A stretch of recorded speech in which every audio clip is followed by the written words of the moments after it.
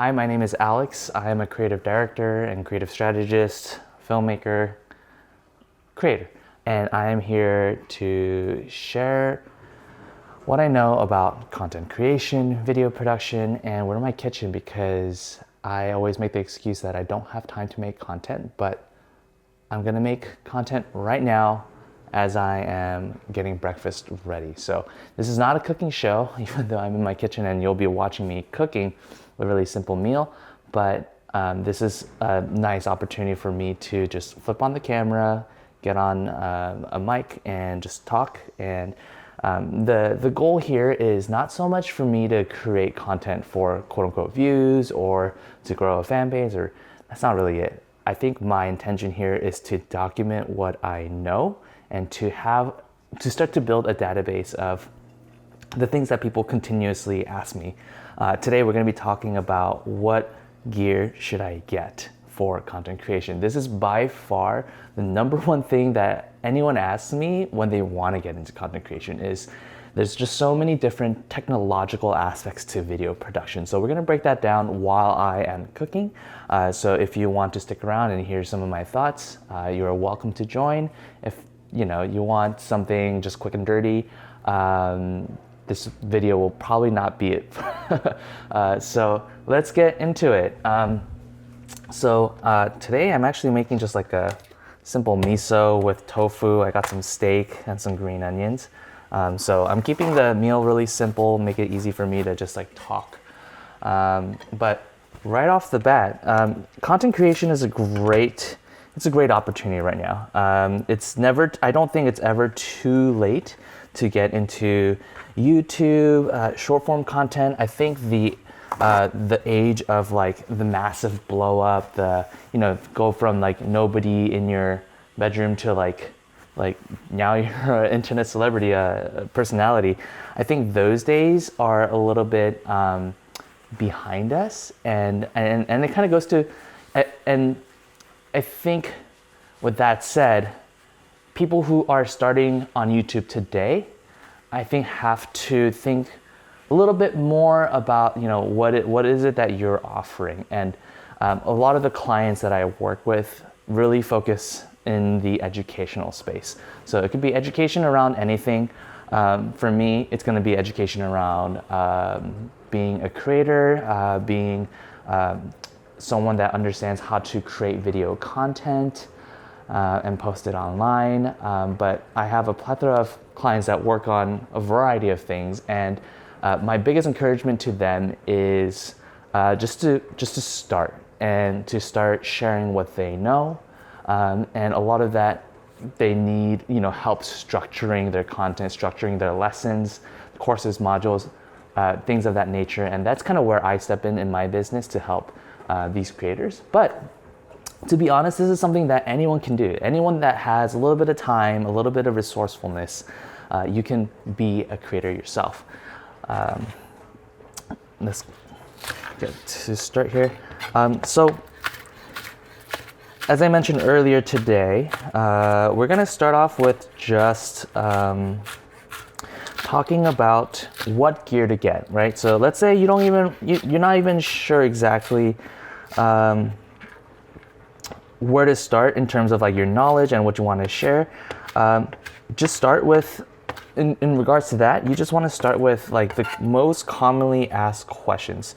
And just like I am doing today, which is about, what kind of gear should I get to start off? So a lot of people will look for a camera, a lens, and those are probably going to be your biggest expense. But in today's day and age, I'm going to say that that is probably going to make the smallest difference in your actual content creation and your view, and have the least benefit to your viewers, right? A lot of the content that we see online is at least on YouTube, is it's either passive viewing, right? So it's like just thrown on in the background, or it could be active viewing. With active viewing, you have these video lessons that are really well written and well put together, edited, and you have all the lights, cameras, audio, all those things. But I think where you can just get started is having good audio. I would say audio is the number one thing, because the reality is most people just throw a YouTube video in the background and they're just listening, right? I watch a lot of YouTube content. Sorry, not watch, listen while I'm on my drive. It's almost like a podcast. I have a 45-minute video of, say, Alex Hermosi. He's teaching about business and sales. And so I have his video just kind of like loaded up on my phone, and I'm not really like watching and paying attention to his visuals, although they are great.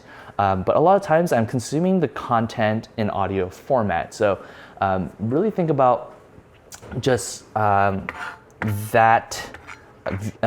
experience. And so the first thing I would invest into is a quality microphone. And it doesn't have to be super expensive. You can literally buy on Amazon for probably $10 to $15 a wired microphone like this that you could just plug into your phone directly and record even on your phone. There are devices, wireless devices, again. So this mic is going into this device here. This is the Rode Wireless Pro. I get this if you have a budget to spend, because these are not necessarily, in the world of video production, these are budget, but in the world of regular consumers, spending $300 to $400 on a set of wireless microphones might not be what you want to start off in content creation. But these are great. As you can tell, the audio quality is probably great, yeah. When you can really start with just something cheaper, something smaller, just to get started, I would definitely advise that you start with that.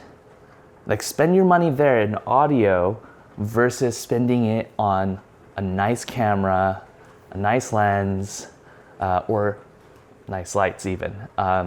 Because audio is the number one thing that people are less forgiving about in your videos. Other than bad content. Bad content, people will not forgive. But then the second thing is your audio. Okay. Next thing that you want to invest into is lighting. And there's two ways to approach this. There's one, a great way to just be resourceful is use natural lighting in your house. So right now, I actually don't have any light set up. The light that you're seeing is coming in from my patio door, which is right behind the camera. I just have curtains that were $20, $25 each, and they're sheer curtains, so they soften the light that's coming in through the patio door. And so obviously working with natural light, you're restricted by the time and the positioning of the sun. But if you know what time the lighting is good in your house, just like for me now, when I'm cooking breakfast, you just kind of work with that, right? You work with your natural light. You work with what's going to be,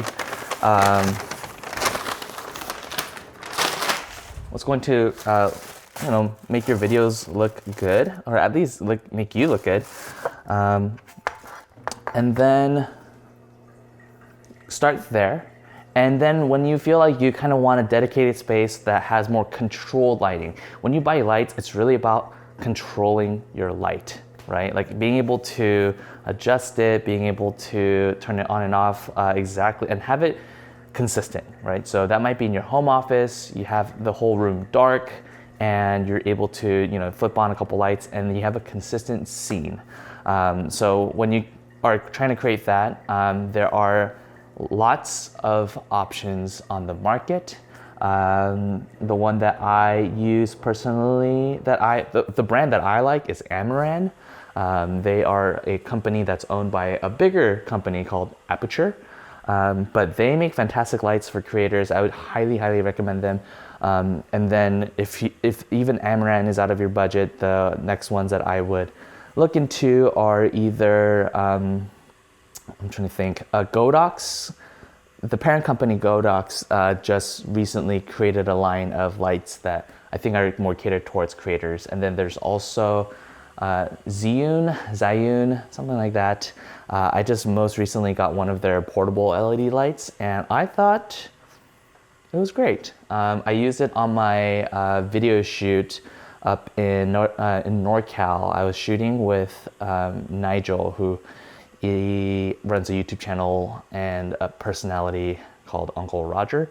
I just used the Zhiyun light on that shoot, and it worked out great because we were filming at Costco, and like the big warehouse lights were, you know, creating like the shadows down here. But it was I think it was like a $50 or $70 light, somewhere in that range, I think, and it worked great. Not the best, but it got the job done.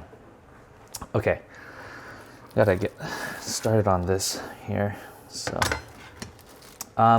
yeah, with lights, you know, there's so many lights on the market right now, and you really could get anything that works. Obviously, there are some I would particularly recommend. So let me know if you want particular recommendations on that in the comments down below. Maybe I'll make a separate video. I do have one video on my channel that is particularly about lighting and using like a big powerful light, just blasting it into like the wall or a corner or the ceiling, and that will get you some good results. So okay, let's recap real quick because I've been kind of all over the place.